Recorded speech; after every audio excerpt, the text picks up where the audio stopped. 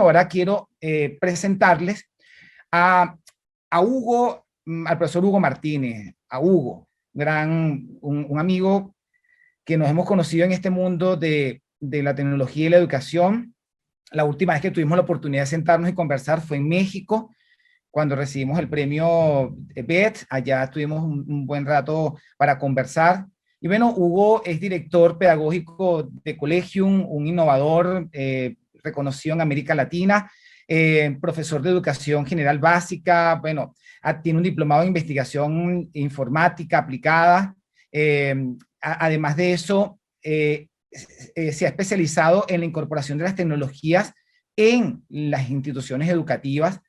Fue director de una de las redes más importantes educativas de América Latina, un referente en América Latina, que es la red Enlace del Ministerio de Educación de Chile, y del portal EducaChile, que fue uno de los portales que todos los educadores de América Latina utilizamos en algún momento. Yo cuando fui profesor de aula y cuando Hugo era director de EducaChile, yo lo utilizaba con mis estudiantes.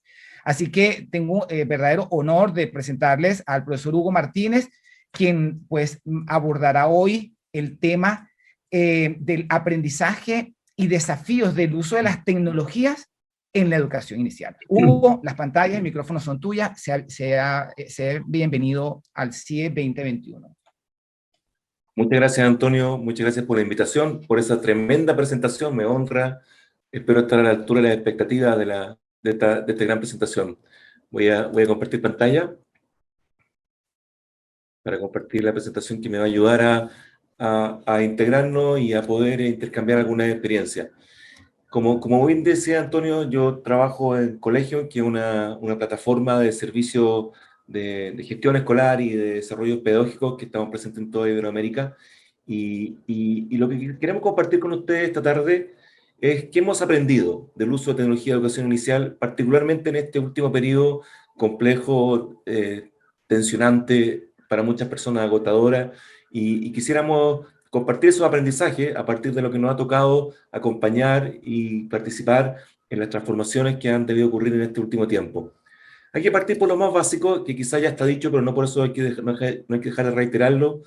Nosotros no estábamos preparados para esto. Nosotros, me refiero a los educadores, a las educadoras, a los alumnos, a la familia, al ecosistema del sistema escolar. No sabíamos y probablemente todavía no aprendemos a cómo gestionar procesos de aprendizaje, de estimulación, de desarrollo cognitivo, desarrollo físico, emocional, fuera de un aula convencional.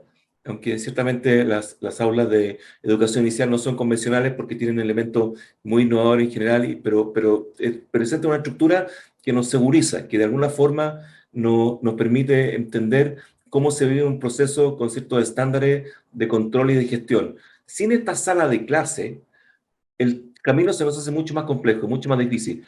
Y ninguno de nosotros recibió formación para planificar su didáctica o su enseñanza fuera del aula, en forma remota, en estado de emergencia, con crisis sanitaria. No lo teníamos configurado.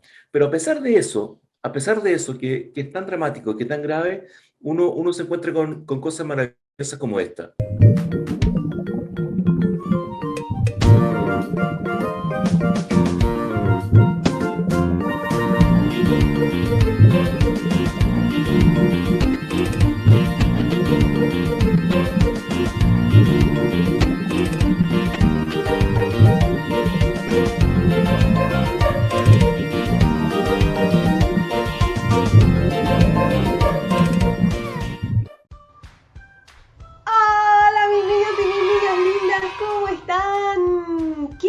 Que llegaron, me pillaron justo bajo el agua, porque eso es lo que vamos a utilizar hoy: agua, ¿sí? Vamos a repasar los números con un juego muy divertido, pero para este juego necesitamos algunos materiales. ¿Quieren saber cuáles son? Mientras yo me voy a preparar. Entonces, a la 1, a las 2 y a las 3, los materiales.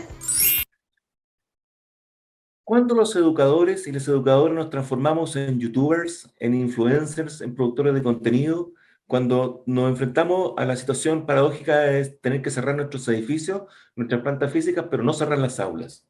Y esto es importante. La escuela, lo que se ha cerrado ha sido el edificio, pero no se ha cerrado la experiencia educativa, y se han hecho tremendos esfuerzos que son como los que veíamos de la educadora en el video anterior, que probablemente hace unos 3 años atrás, 4 años atrás, no habría soñado con tener que desarrollar ese tipo de experiencia o ese tipo de interfaz o ese tipo de producto.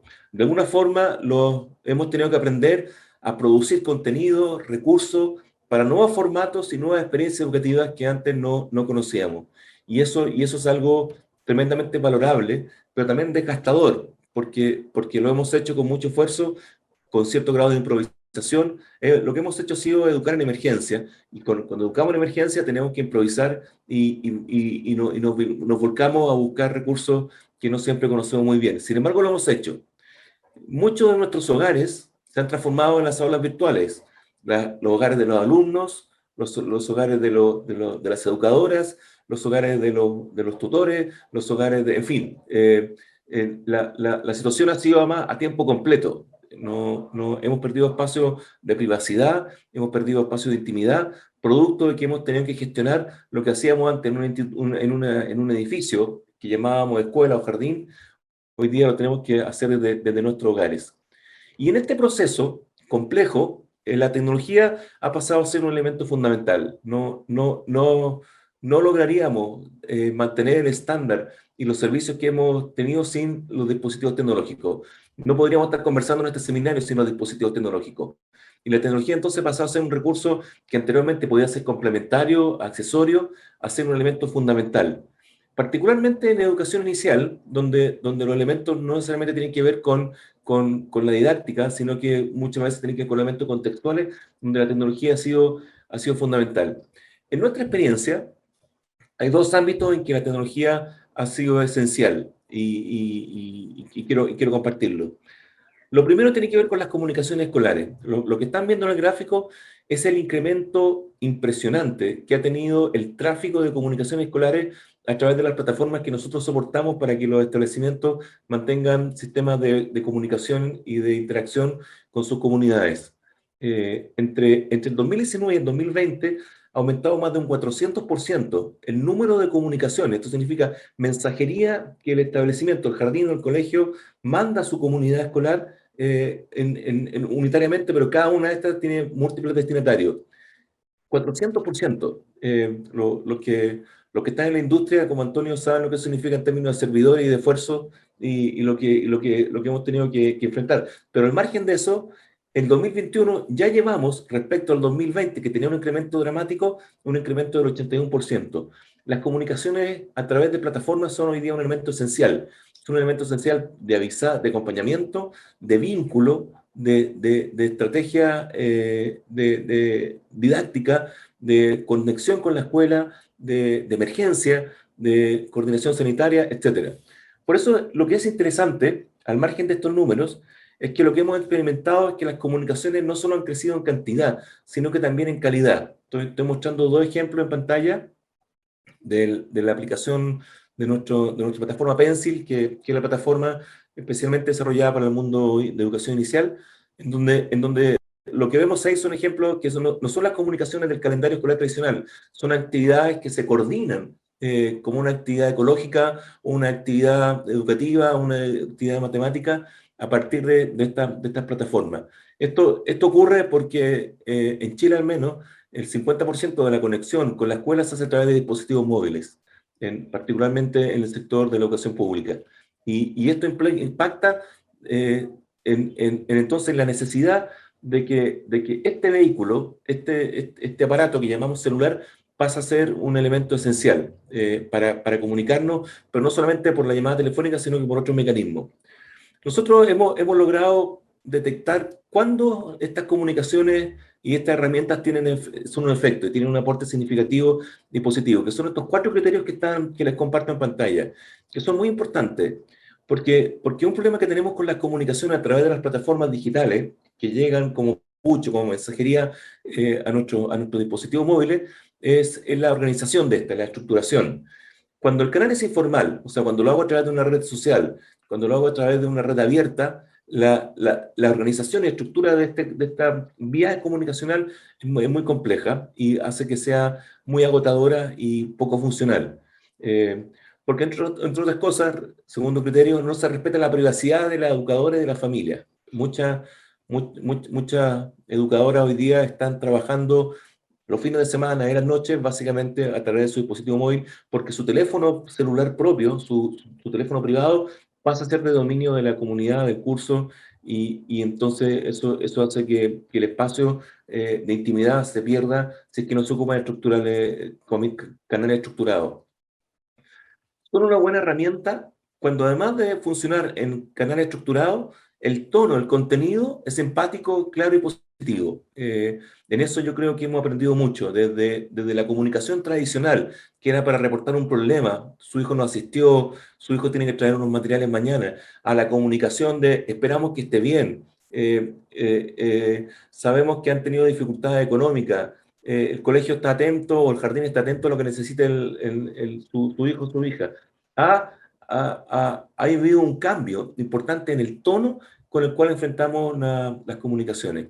Y lo cuarto que es muy importante es que sean oportunas y proactivas. En tiempos de crisis, la ansiedad, la incertidumbre, solo se puede controlar bien cuando la comunicación es oportuna. Entonces, cuando en situaciones de jardines que han vuelto a las clases presenciales, pero que se produce algún nivel de contagio en alguna educadora o algún funcionario, es importante entonces tener un canal rápido y expedito para poder reaccionar. Entonces, las tecnologías son fundamentales. Uno de los elementos fundamentales donde han participado y que son esenciales tienen que ver con las comunicaciones escolares. El otro elemento que a nosotros nos ha parecido muy interesante tiene que ver con las herramientas de diagnóstico. O sea, con la lejanía remota que vivimos con nuestros alumnos y alumnas, se nos produce una brecha importante en entender bien dónde están sus niveles de avance y dónde están las brechas que se están produciendo. Le estoy mostrando un resultado muestral de lo que nosotros hacemos, de nuestra plataforma aplicada durante distintos cursos durante el año 2020, es el segundo semestre, de dos habilidades que son fundamentales para el proceso de adquisición de la comprensión lectora y que deben ser desarrolladas inicialmente en niveles de transición menor, de transición mayor, eso es 4 o 5 años para homologar. Y los resultados que miramos son resultados alarmantes. O sea, los niños no están desarrollando el concepto de lo impreso, que significa entender simbólicamente los elementos de un texto impreso, saber cómo se toma, dónde está el título, dónde está el autor, dónde empieza, dónde termina, etc. Y más dramáticamente, el desarrollo esperado de vocabulario es un desarrollo muy, muy bajo respecto a lo que es esperable. Vamos a tener impacto importante, y lo voy a mencionar en los desafíos hacia el final de la presentación, de estos resultados. Pero estos resultados son importantes detectarlos, porque si no los detecto, cualquier acción estratégica que yo implemente va a ser equivocada o lejana a la realidad. Por eso, cuando ocupamos herramientas digitales para la evaluación, son un aporte siempre y cuando, me estoy repitiendo, ahí, son un aporte siempre y cuando se consideren niveles de aprendizaje, o sea, reconozca las distintas situaciones en que están los estudiantes, sea flexible, sea adaptable. Hoy día tenemos estudiantes que pueden estar viniendo al jardín y niños que no están en el jardín. Necesitamos la colaboración de la familia, pero tienen que ser mecanismos que nos permitan que en un razonable tiempo podamos diagnosticar, que tenga el resultado oportuno y que consideren ojalá sugerencias. Eso es lo que ocurrió con la tecnología. Pero más allá de lo que nosotros hemos percibido con la tecnología, la pregunta que nos venimos haciendo hace tiempo es qué hemos aprendido. El año pasado hicimos un esfuerzo por reconocer el esfuerzo que hay y los aprendizajes donde hay oportunidades, cuando se han generado situaciones, cuando hay problemas, donde se han generado situaciones de oportunidad que han sido muy significativos. Y lo que hicimos fue tener 21 conversatorios con directores de distintas partes de Chile y algunos de Latinoamérica, en donde le hicimos esta pregunta: ¿qué hemos aprendido? Y bueno, en nuestra página web está el resumen y pueden mirar esas conversaciones que fueron de mucha riqueza. Yo me voy a permitir, para responder esta pregunta, citar a algunos de esos directores. El director de la Escuela Proyecto del Futuro de Paillaco, una ciudad que está alrededor de 900 o 1000 kilómetros al sur de Santiago, fundamentalmente rural, nos comentó que un aprendizaje importante es reconocer el valor intrínseco que tiene la familia en los procesos escolares. Sin el apoyo de la familia, ninguna estrategia de vínculo, ninguna estrategia de distribución de materiales, de envío de lectura, de conectividad, de clases remotas, tiene funcionalidad. Quizá en la educación inicial el valor de la familia siempre ha sido un presente, no necesariamente en el resto de la escuela, pero hoy día nos damos más cuenta que nunca el valor de la familia. Cuando el director Erwin Fonseca nos dice que la escuela se fue para la casa, se refiere a que físicamente se hizo el esfuerzo cuando detectaron de que en las casas los niños no tenían sillas adecuadas para trabajar, entonces desarmaron la infraestructura del nivel del kinder y el prekinder y lo enviaron a las casas de los alumnos, porque el mobiliario que estaba en las casas no era adecuado para los trabajos de escolares que el colegio esperaba que se fueran acompañados. Desarmaron la biblioteca, desarmaron el centro de recursos de aprendizaje, desarmaron el laboratorio, mandaron tablets donde no podían haber tablets y dejaron la escuela vacía, porque entendieron que el proceso hoy día se trasladaba fundamentalmente al centro del hogar. Pero no solamente hicieron eso, sino que también dieron participación en procesos que son normalmente privativos de la escuela o del jardín.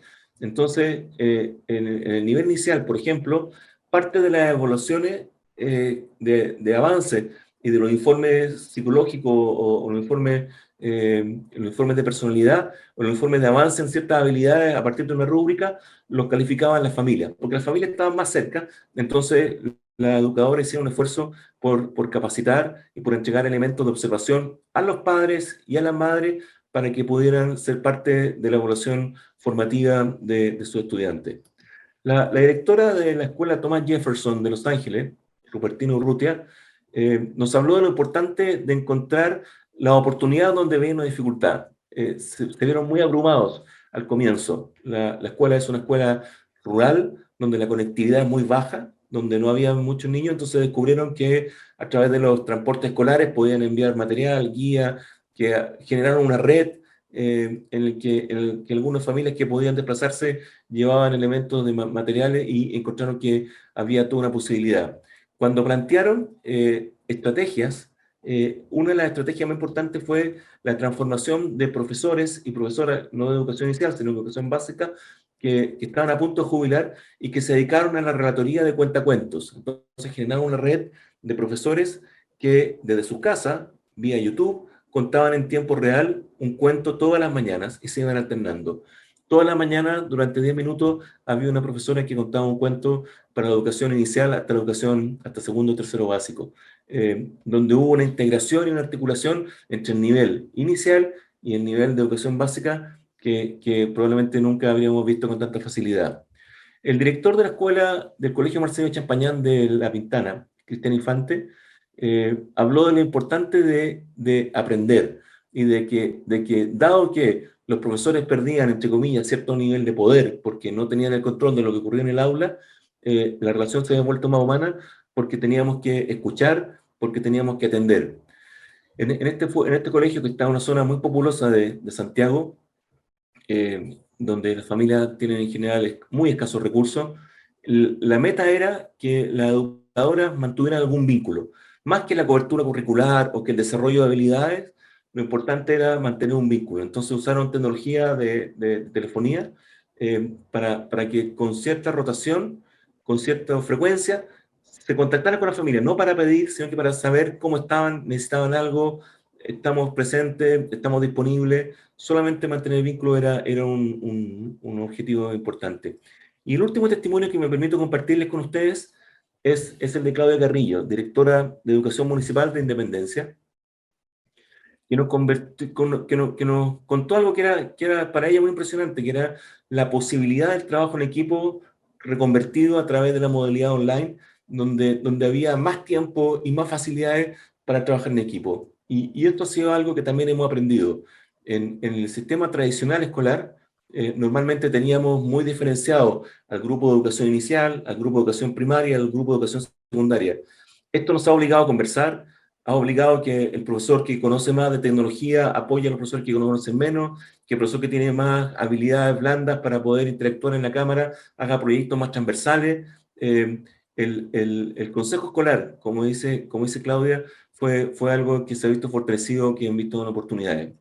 Hicimos un análisis de estas 21 conversaciones que tuvimos y llegamos a un flujo que lo resume visualmente.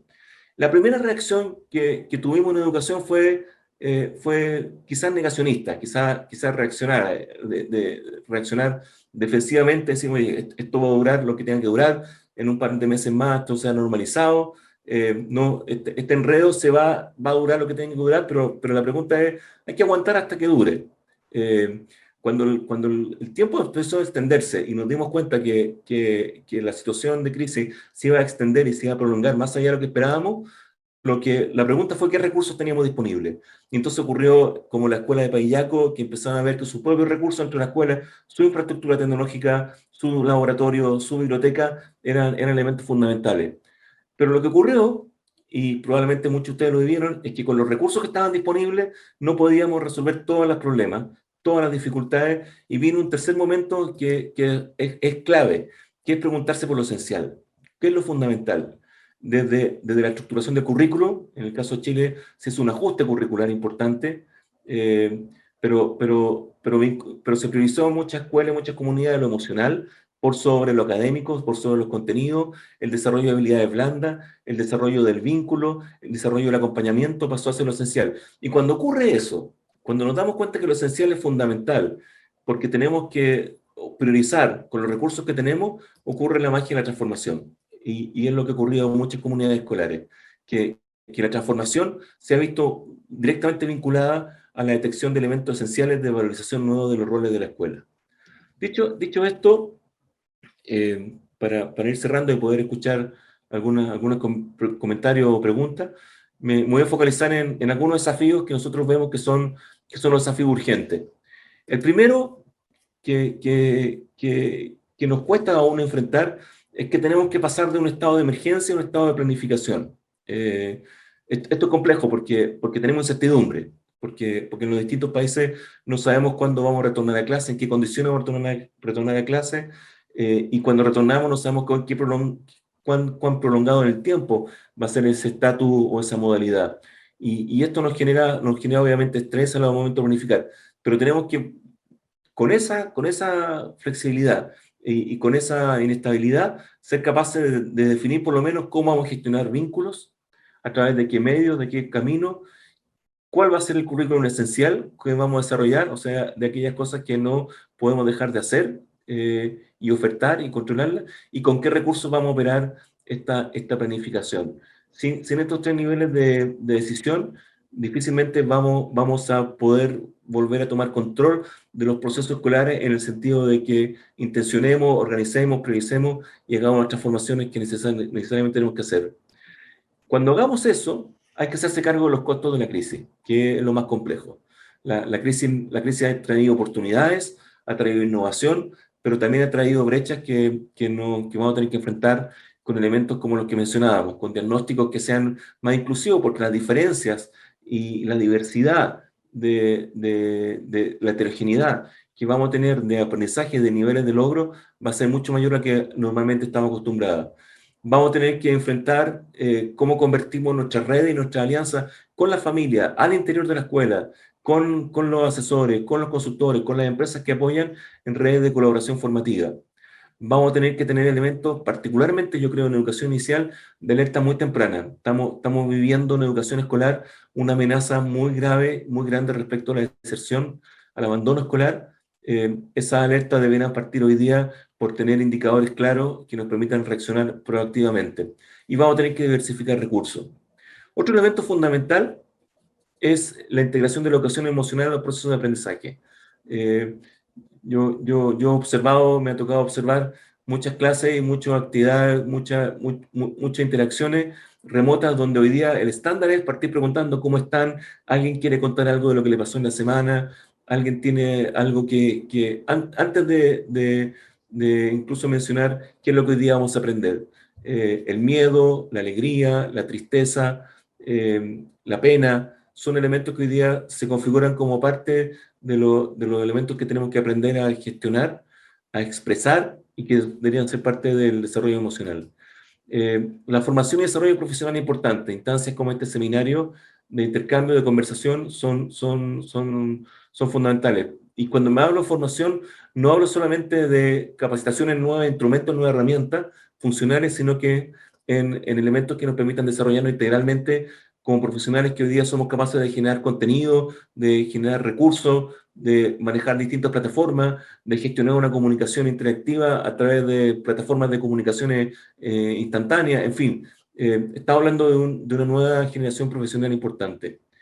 En educación inicial, finalmente, algo que a nosotros nos preocupa mucho es los impactos negativos que podría tener el incremento en el uso de pantallas por parte de los alumnos a temprana edad. Y eso es muy importante, lo que probablemente generó mucha conversación en la presentación anterior y seguramente lo va a seguir generando en las conversaciones. Tenemos que asegurar la seguridad de nuestros estudiantes, particularmente de los niños más pequeños del sistema, cuando se enfrentan a tecnología.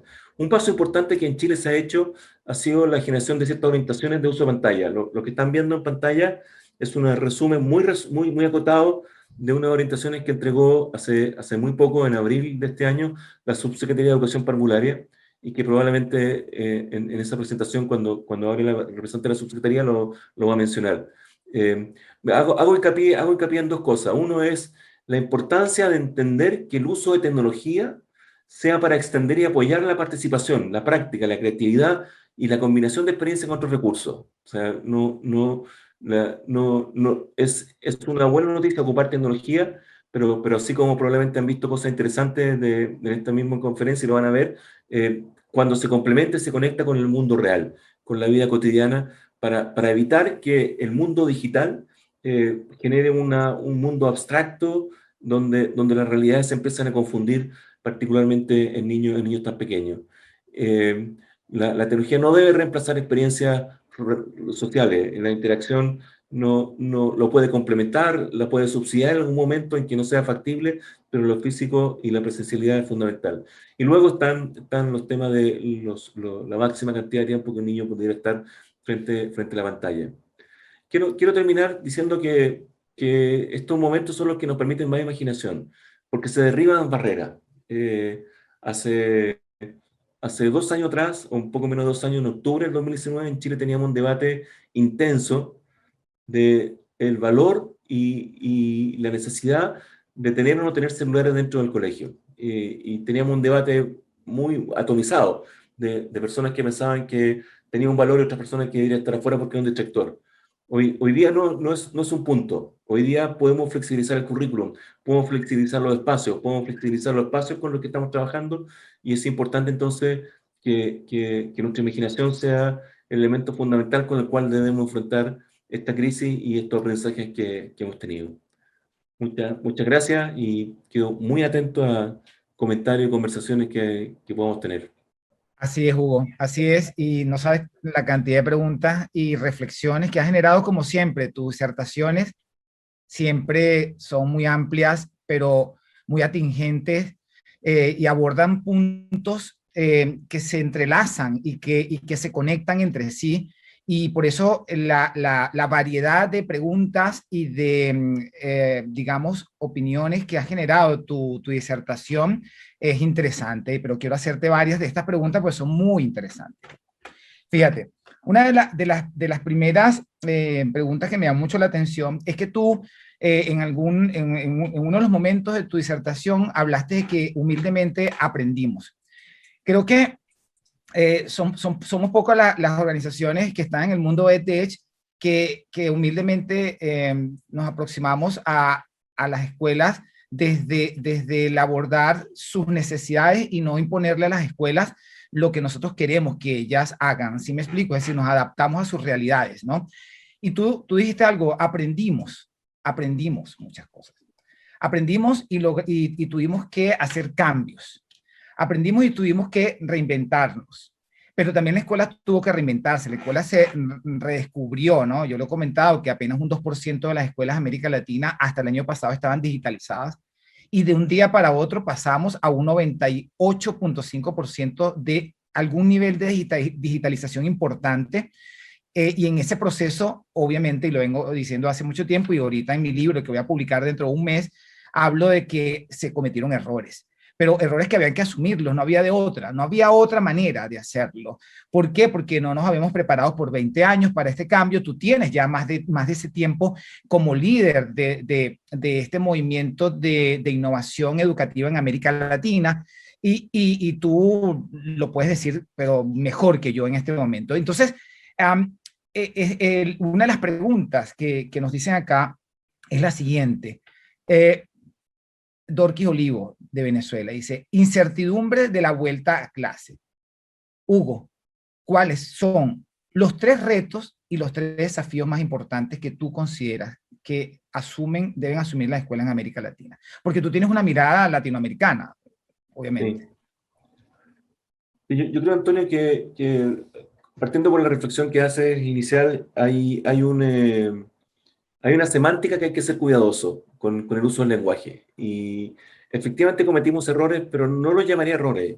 Yo los llamaría esfuerzo de improvisación para una educación de emergencia. Casi como el título de... luego podemos coescribir un libro, Antonio, después que termine el tuyo.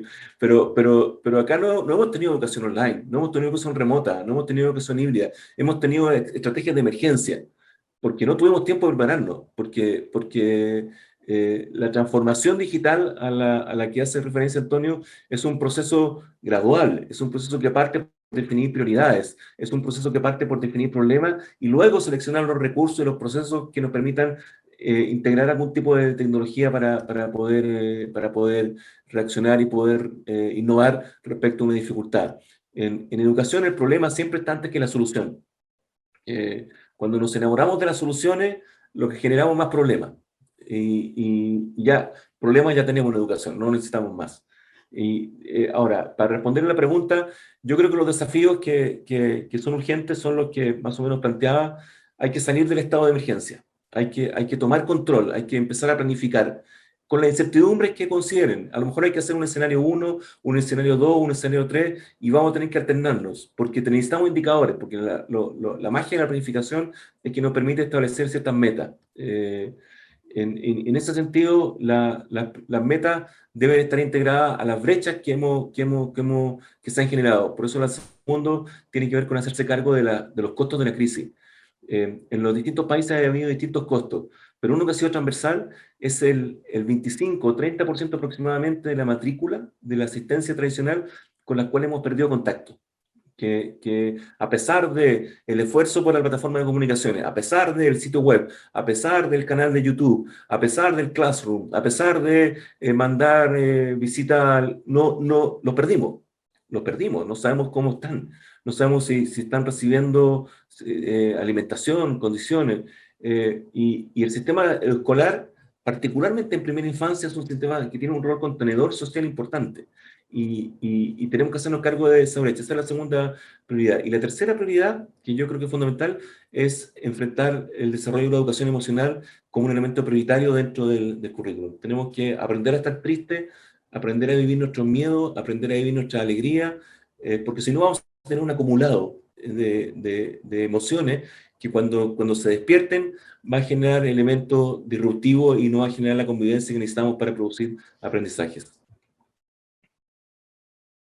Sí, tú abordaste, creo que magistralmente, y respondiste la pregunta.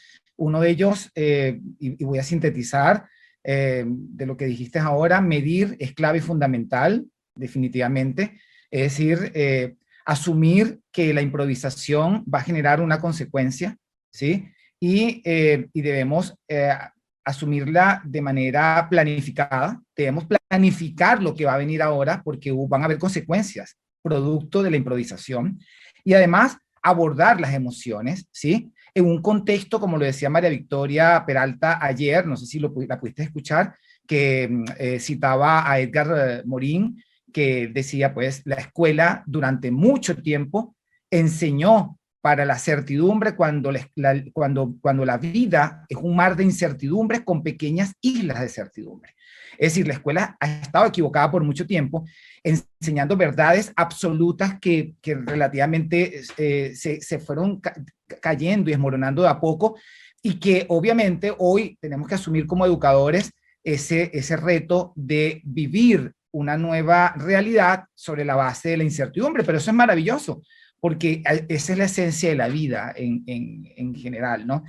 Hugo, aquí me hacen una pregunta, son muchas, Hugo, te las voy a mandar porque además te van a servir para validar todo lo que hablaste hoy, que fue súper interesante. Quiero comentarles a todos los que están presentes hoy que esto es una primera parte de una segunda que termina mañana.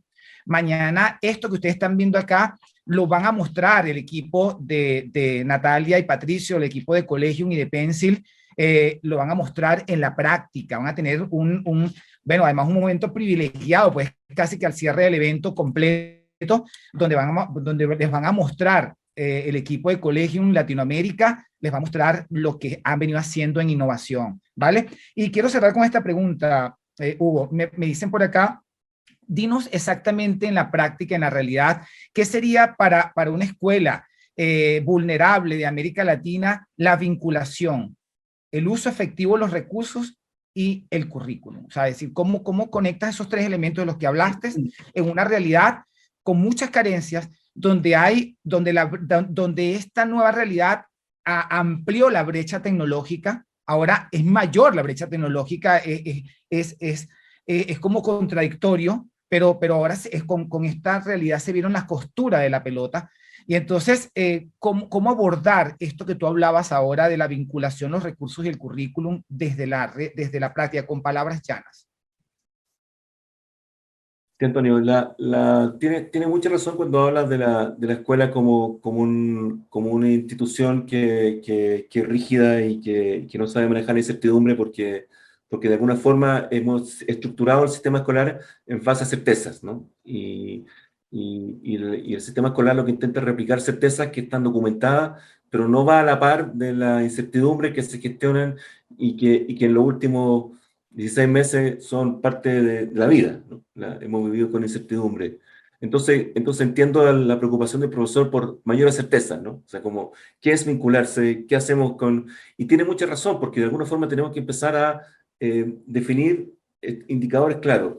Yo creo que la vinculación significa tener sistema, gestión, organización para que ningún niño quede afuera. ¿Quede afuera de qué? De la conexión con el sistema escolar. Y eso no significa el estándar de aprendizaje, la asistencia o cuántas actividades cumplió. Significa que sabemos dónde está, cómo lo está pasando y qué eventualmente podemos hacer para ayudarle. Las escuelas que viven en situaciones más vulnerables tienen hoy día un rol social fundamental que hay que fortalecer. Me refiero, son establecimientos que requieren más apoyo externo porque están en redes de alimentación, en redes de salud, y probablemente cuando empecemos a vacunar a los niños más pequeños en los países latinoamericanos, también van a ser centros de vacunación. Y por eso es importante ese vínculo. En el currículum tenemos que hacer un esfuerzo por lo esencial, ¿no? Nuestro currículum en Latinoamérica en general son muy densos, son muy ambiciosos, lo que está bien, pero tenemos que llegar al momento donde probablemente la transversalidad de la educación emocional va a ser fundamental. Los niños de hoy van a tener que seguir aprendiendo en un ambiente diverso y múltiple. Concentrémonos en que esas capacidades estén disponibles, en que la motivación por el aprendizaje esté disponible. Doy un ejemplo de algo que Patricio y Natalia van a mostrar mañana con más detalle. Pero, por ejemplo, nosotros hacemos un esfuerzo por localizar los planes de lectura y la experiencia lectora de los niños más pequeños, calzando su nivel efectivo de comprensión, cosa que la experiencia lectora sea agradable, independientemente si la editorial dijo que ese libro era para 4, 5 o 10 años. Lo importante es que aunque tengas 10 años y puedas leer uno de 4, leas, porque la magia de la lectura es lo que me interesa hoy día instalar. Luego nos preocuparemos de nivelar.